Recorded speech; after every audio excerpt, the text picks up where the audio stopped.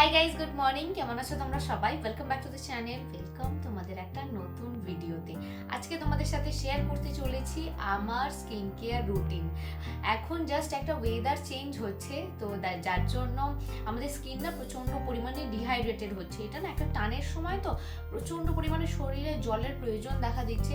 শরীর মেনলি ভেতর থেকে তো হাইড্রেটেড রাখতেই হবে, যার জন্য আমি খাচ্ছি প্রচুর পরিমাণে জল আর মৌসুমি ফল, যেগুলো সিজনাল ফল, সেগুলো আমি একটু বেশি করে খাওয়ার চেষ্টা করছি।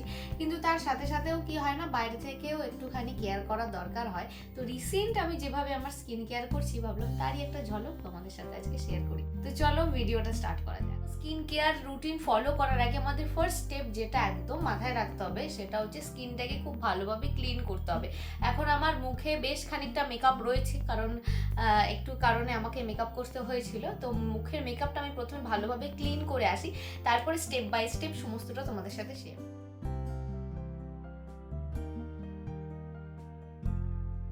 স্কিন কেয়ারের ফার্স্টেই আমি যেটা করেছি, চুলটাকে একদম উঁচুতে বেঁধে নিয়েছি, যাতে চুলটা কোনোভাবে আমাকে ডিস্টার্ব করতে না পারে। এবার প্রথমে মেকআপটা রিমুভ করে নেব। যখনই আমি স্কিন কেয়ার করি, এখন শুধু মেকআপ করেছি বলে নয়, যদি স্ক্রাবিং করি বা ফেস প্যাকও লাগাই, তার আগে কিন্তু খুব ভালোভাবে আমি আগে মুখটাকে ক্লিন করে নিই ফেস ওয়াশ দিয়ে। স্কিনটাকে আমি এখানে একদম ক্লিন করে ফেলেছি। আমার কাছে আজকে মেকআপ রিমুভার শেষ হয়ে গেছে, যার জন্য আজকে আমার ভরসা ছিল ভ্যাসলিন দিয়ে আমার মুখটা পুরোপুরি ক্লিন করে ফেলেছি। এখন গিয়ে চট করে একটুখানি ফেস ওয়াশ দিয়ে মুখটা একদম ক্লিন করে আসবো, তারপরে স্টার্ট। ফ্রেশ করে আমি তো এখানে চলে এসেছি, আর আমার হাতে হচ্ছে একটা উবটান ফেস প্যাক বলো, বডি স্ক্রাবার বলো, সমস্ত কিছুই কিন্তু এটা। আর এটার ভিডিও কিন্তু অলরেডি এর আগে আমি তোমাদের সাথে শেয়ার করেছি কিভাবে এটা আমি বানিয়েছি। এটা কিন্তু পুরো হোমমেড। তো অন্যান্য দিন আমি কি করি না, এটাকে একটুখানি টমেটো আর তার সাথে একটুখানি আলুর পেস্ট দিয়ে এটাকে আমি মানে মিক্স করি। আজকে প্লেন জল দিয়ে মিক্স করছি, কোনো ব্যাপার না। সবসময় হাতে টমেটো আলু ঘোরানোর টাইম থাকে না, তখন এটাই বেস্ট। তো চলো এটা আবার মুখে আমি অ্যাপ্লাই করি। Face wash by the way আমি করে এসেছি। আমি এখানে আমার ঘরে বানানো এই উপটান ফেস প্যাকটা ব্যবহার করছি। তোমরা কিন্তু এখানে তোমাদের পছন্দ মতো যে কোনো ফেস প্যাক ব্যবহার করতে পারো, যেটা ইউজ করার পর তোমরা রিফ্রেশমেন্ট ফিল করো, বা এটা কোনো রেডিমেড ফেস প্যাকও হতে পারে। এ বিষয়ে কিন্তু কোনো অসুবিধা নেই। তবে আমার স্কিনটা যেহেতু প্রচণ্ড পরিমাণে সেন্সিটিভ, তাই আমি ঘরোয়া উপকরণের উপরই একটু বেশি বিশ্বাস রাখি। যেহেতু এটা আমি নিজের হাতে বানিয়েছি, তাই কোনো হার্মফুল জিনিসপত্র এর মধ্যে নেই। একদম ন্যাচারাল ইনগ্রিডিয়েন্ট দিয়ে এটা বানানো হয়েছে। আমি তো আপাতত এটা শুধু মুখে অ্যাপ্লাই করলাম, তোমরা কিন্তু এটা ফুল বডিতেও ইউজ করতে পারো। মুখে অ্যাপ্লাই করে 5 মিনিট মতো এটা রেখেছি, এটা একটুখানি ড্রাইও হয়ে গেছে। এবার একদম হালকা হাতে রাব করে এটা প্লেন জল দিয়ে ধুয়ে ফেলবো। অলরেডি স্কিনটা কতটা ফ্রেশ লাগছে সেটা তোমরা হয়তো দেখতেই পাচ্ছ। এবার নেক্সট স্টেপ সেটা আমরা করছি, একটা ছোট বাটি নিয়ে নিয়েছি, তার মধ্যে আমি এখানে নিয়ে নিচ্ছি চন্দনের গুঁড়ো। এটা আমি অনলাইনে অর্ডার করেছি, আচ্ছা লিঙ্কটা আমি ডেসক্রিপশানে দিয়ে দেবো। প্লেন জল দিয়ে এটাকে একটুখানি গুলে নিয়েছি। তোমরা এই প্লেন জলের জায়গায় না রোজ ওয়াটার ইউজ করতে পারো। আর তার সাথে আমি এখানে নিয়েছি একটা ডিহাইড্রেটেড শিট মাস্ক।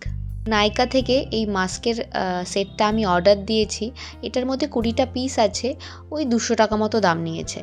সেদিনকে ফোন স্ক্রল করতে করতে খুব উপকারী একটা জিনিসই আমি খুঁজে পেয়েছি। আজকে আমি এটা চন্দনের গুঁড়োটাকে জল দিয়ে গুলে সেটার মধ্যে ডিপ করে এটা as a face mask use করব।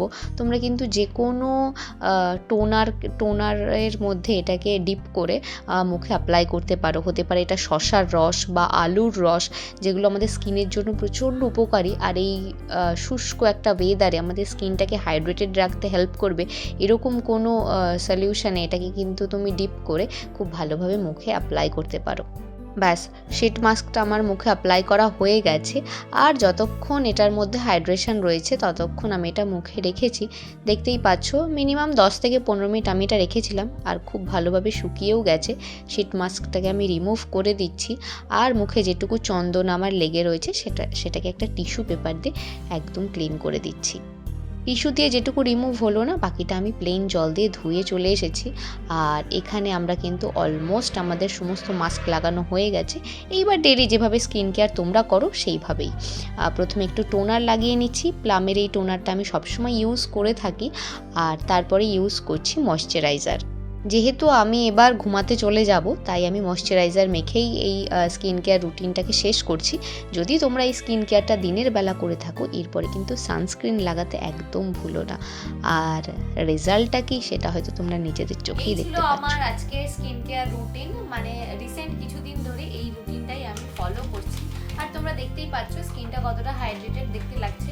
তবে একটা কথা আমি সবসময় মনে প্রাণে বিশ্বাস করি, যতই ওপর থেকে সমস্ত কিছু অ্যাপ্লাই করি না কেন, আলটিমেট বেশি করে জল খাওয়া, বেশি করে ফল খাওয়া, বেশি করে শাকসবজি খাওয়া, এগুলোতেই মেন স্কিন আর হেলথ দুটোই ভালো থাকে। তো যাই হোক, আমার স্কিন কেয়ারের ছোট্ট একটা ঝলক তোমাদের সাথে আজকে শেয়ার করলাম। এটা যদি তোমাদের জন্য একটু হেল্পফুল হয় তাহলে আমারও ভালো লাগবে। যাই হোক, এই ব্লগটাকে এখানেই এন্ড করছি। সবাই সুস্থ থেকো, ভালো থেকো, আর ব্লগগুলো কেমন লাগছে অবশ্যই জানিও। আর এই স্কিন কেয়ার রিলেটেড ভিডিও তোমরা আর দেখতে চাও কিনা সেটাও কমেন্টে অবশ্যই জানিও। দেখা হচ্ছে নেক্সট ভিডিওতে।